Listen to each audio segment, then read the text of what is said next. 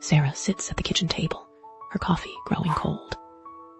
Across from her, Michael scrolls through his phone, the silence between them thick enough to cut. 3 days have passed since their argument, and neither has spoken more than necessary words about logistics and schedules. It started over something small, as it always does. Michael had forgotten their anniversary dinner reservation. Sarah had spent hours getting ready, excited about the evening she had been looking forward to for weeks. When he came home late from work, confused about why she was dressed up, something inside her snapped. She had yelled. He had defended himself.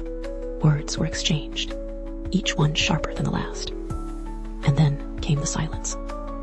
Now, Sarah stares at her husband of 7 years, wondering how they got here. She remembers the man who used to listen to every word she said, who would stay up late talking about dreams and fears.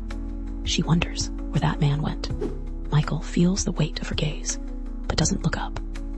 He's tired of fighting, tired of feeling like he can never do enough. In his mind, he works hard to provide for their family. He forgot one dinner. Why does it have to become World War III? The silence stretches into a 4th day. They move around each other like ghosts, occupying the same space, but living in different worlds. Sarah's mother calls and asks how things are going. Sarah forces brightness into her voice and lies. Everything is fine, but everything is not fine. On the 5th day, Sarah's friend Emma stops by for coffee. Emma has been married for 15 years, and Sarah has always admired her relationship. As they sit in the living room, Sarah finally breaks down.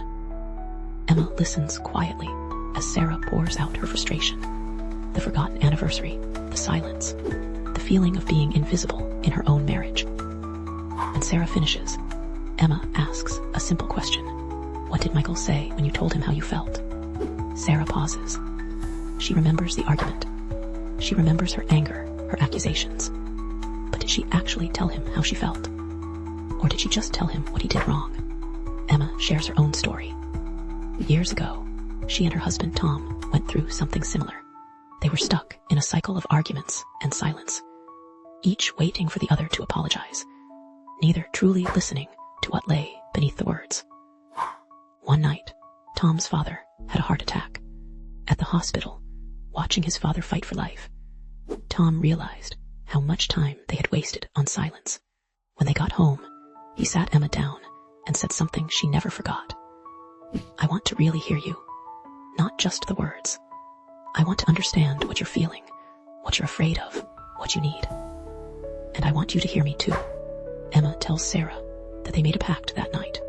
Whenever conflict arose, they would practice what Tom's therapist father had taught him about active listening. Not listening to respond, but listening to understand. Not waiting for their turn to talk, but truly absorbing what the other person was saying. After Emma leaves, Sarah sits alone with her thoughts. She realizes that during their argument, she wasn't really expressing her feelings. She was attacking Michael's actions. And more importantly, when he tried to explain, she wasn't listening. She was just waiting for him to stop talking so she could tell him why he was wrong. That evening, Michael comes home from work. The familiar tension fills the air. Sarah takes a deep breath and does something different. She turns off the television, puts down her phone, and asks him to sit with her. Michael's defenses go up immediately. He expects another fight. But Sarah's voice is different this time. Softer, more vulnerable. I need to tell you something, and I need you to really listen. Not to defend yourself or explain. Just to hear me. Can you do that? Michael nods slowly, uncertain. Sarah begins to speak. She tells him about the excitement she felt planning their anniversary evening. She describes how she felt when he forgot. Not angry at first, but invisible. Like she didn't matter enough to remember.